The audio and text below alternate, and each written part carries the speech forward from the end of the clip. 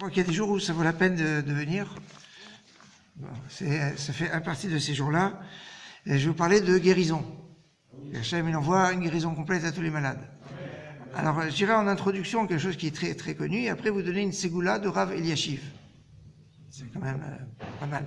Alors, ce qui est très connu, c'est que le mois de Iyar, le mois d'Iyar qui est complètement sur le Homer, est lié avec la Refoua, avec la guérison. Puisque les Iyar, c'est connu, Ani Hachem Rofecha, je suis l'éternel qui te guérit. C'est au mois d'Iyar qu'on a commencé à recevoir la manne. La manne, c'est la nourriture qui nivla et varim, il n'y avait pas de déchets. Donc il y a un point intéressant, c'est que la base de la refoua, la guérison, c'est quoi le canal de base qui envoie toute la refoua pour le monde entier. C'est quoi le canal? C'est la mila. La mila. Pourquoi je dis la mila?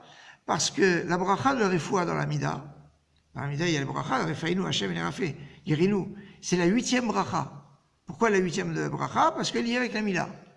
Or, à partir de Tishri, le mois d'Iyar, c'est le 8e mois. Donc, c'est sympathique ce point-là. Mais là, arrivons à quelque chose d'important. C'est que le Rav Eliashiv dit qu'il y a une sigoula, donc un secret comme ça, sympathique, qui est que au moment d'un Seret, on lit les 10 commandements le jour de Shavuot pour avoir une refoua, pour la guérison.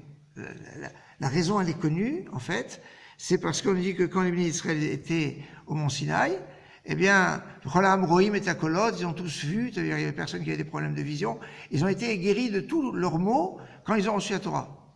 Pourquoi? Parce que pour étudier la Torah, il faut être en bonne santé. Quand quelqu'un est malade, et quel que soit le mal qu'il peut avoir, même si c'est bénin, ça lui casse la tête il peut pas avoir la possibilité d'étudier comme il faut. Donc, pour recevoir la Torah, il faut être guéri. Alors Hachem, il les a guéris, donc complètement, au moment où ils ont reçu la Torah. Et donc, là, le moment le plus opportun pour la guérison, c'est au moment où on lit la Seret HaDibrot. D'ailleurs, il y a une psikta de Rav Kahana qui dit que quand vous allez lire chaque année à Shavuot la Seret HaDibrot, je vous considérerai comme si que vous êtes au mont Sinaï et que vous avez reçu la Torah.